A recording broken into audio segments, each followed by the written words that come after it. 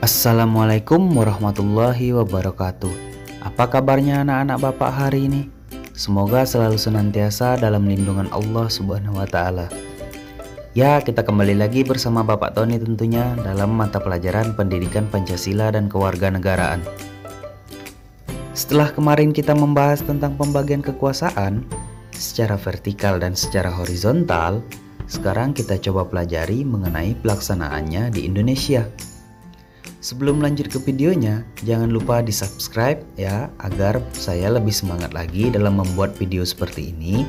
Dan jangan lupa like dan share agar dapat bermanfaat bagi teman-teman yang lain. Oke, mari kita lanjut ke videonya. Pada pembahasan kali ini, kita akan membahas tentang pelaksanaan konsep trias politika di Indonesia. Trias politika adalah sebuah teori yang menerapkan pembagian kekuasaan pemerintahan negara menjadi 3 jenis kekuasaan, yaitu kekuasaan legislatif, kekuasaan eksekutif, serta kekuasaan yudikatif. Trias politika pertama kali dikemukakan oleh Montesquieu, seorang pemikir politik asal Prancis. Saat ini, penerapan trias politika dilakukan di banyak negara, termasuk di Indonesia. Montesquieu mengemukakan teori trias politika yang membagi kekuasaan pemerintahan menjadi 3 jenis. Teorinya ini kemudian banyak disadur dan diadopsi pada diskusi-diskusi mengenai pemerintahan dan diterapkan pada banyak konstitusi di seluruh dunia. 3 jenis pada teori trias politika meliputi kekuasaan eksekutif, yaitu pelaksana undang-undang, kekuasaan legislatif, pembuat undang-undang, dan kekuasaan yudikatif atau kekuasaan kehakiman sebagai pengawas pelaksanaan undang-undang. Meski penerapan trias politika di Indonesia tidak dilaksanakan secara sepenuhnya, pembagian kekuasaan di Indonesia juga terbagi menjadi 3 fungsi, yakni yang tadi fungsi eksekutif, fungsi legislatif, dan fungsi yudikatif. Hal-hal mengenai peraturan kekuasaan telah diatur dalam Undang-Undang Dasar 1945 selaku landasan konstitusi utama di negara Indonesia. Lembaga tinggi negara seperti Presiden, MPR, DPR, serta MK, MA, dan KY telah diberikan kekuasaannya lewat Undang-Undang Dasar 1945. Adapun hal-hal mengenai fungsi dan ketentuan lebih lanjut mengenai lembaga-lembaga tersebut diatur dalam peraturan perundang-undangan asal tidak bertentangan dengan Undang-Undang Dasar 1945. Kekuasaan eksekutif dipegang oleh presiden dan para pembantunya.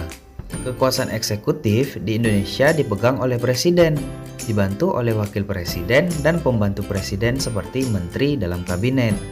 Sementara di tingkat daerah, lembaga eksekutif meliputi gubernur di tingkat provinsi, bupati atau wali kota di tingkat kabupaten atau kota, dan camat di tingkat kecamatan, serta kepala desa atau lurah di tingkat desa atau kelurahan.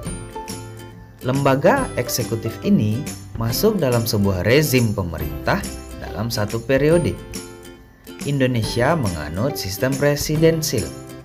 Presiden bertindak sebagai kepala negara serta sebagai kepala pemerintahan sekaligus dalam sistem pemerintahan Indonesia.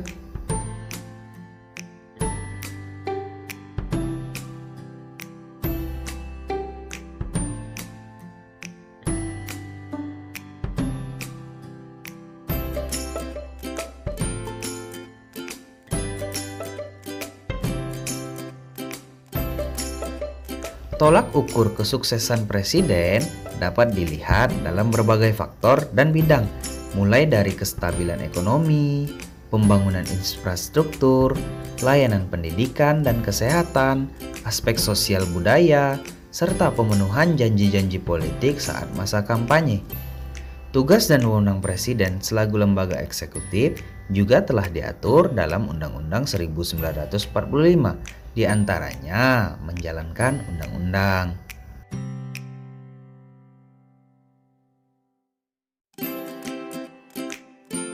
Kekuasaan legislatif dipegang oleh MPR, DPR, dan DPD.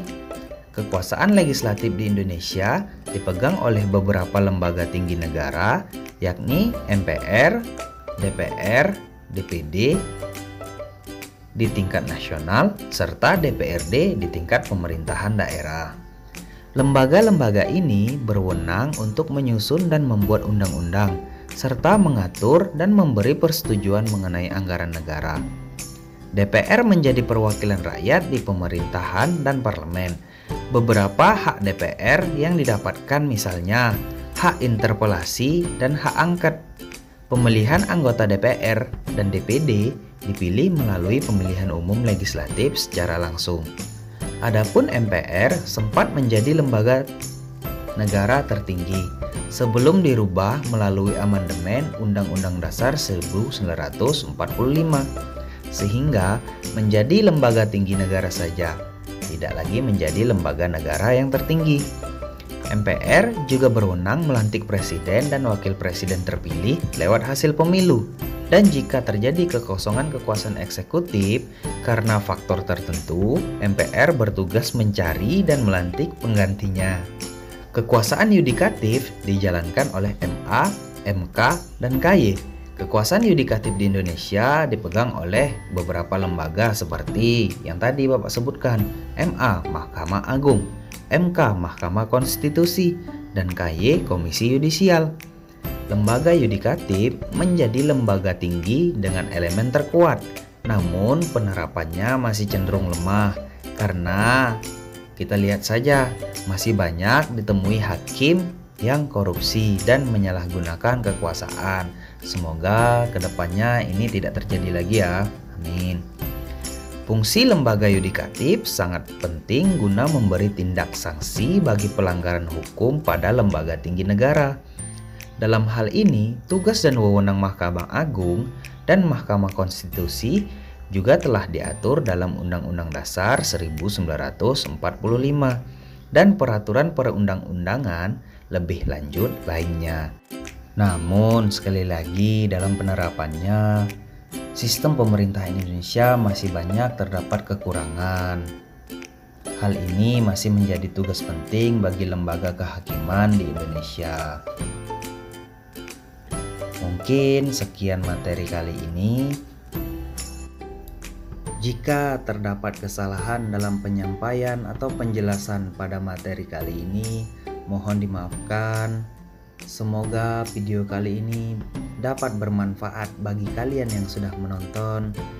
Bapak akhiri wabillahi taufiq wal hidayah. Wassalamualaikum warahmatullahi wabarakatuh.